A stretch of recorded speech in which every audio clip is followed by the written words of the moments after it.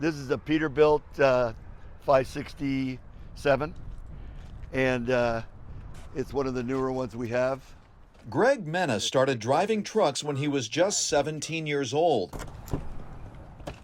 He now owns his own San Mateo trucking company with a fleet of 20 big diesel dump trucks like this one. But he doesn't know for how much longer he'll be in the driver's seat because of a new regulation that will phase out all medium and heavy-duty diesel trucks in California by 2045 and phase in all electric ones. I think it's too much too soon. Big expense. Big expense. The infrastructure's not ready for it. It's going to be tough. Medium and heavy-duty trucks being among the highest emitters. Last year, the California Air Resources Board held hearings on the regulation known as Advanced Clean Fleets. We have diesel trucks driving in and out of our communities every day. We are breathing all of this contaminated air daily. Madam Chair, the motion passes. The board passed it unanimously, making California the first state in the nation to start making the switch to all-electric trucking. Diesel trucks represent 6% of California vehicles, but they are responsible for 25% of the state's on-road greenhouse gas emissions and 35% of the state's harmful nitrogen oxide emissions.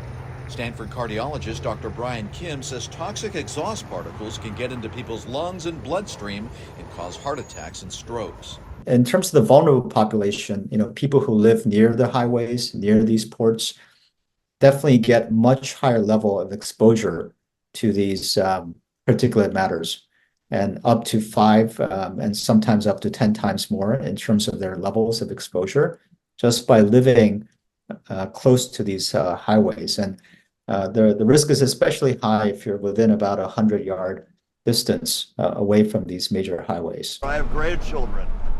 I want them to have clean air, clean water, good environment.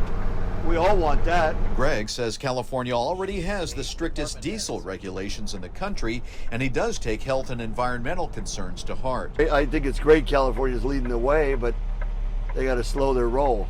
He questions if California's electrical infrastructure will ever be reliable enough to have every semi in the state on the grid.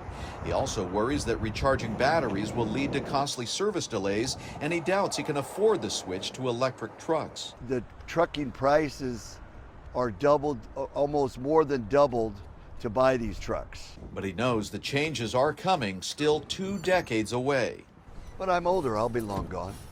He just worries about his employees and the company he built, whether they can survive to be a part of trucking's new electric era.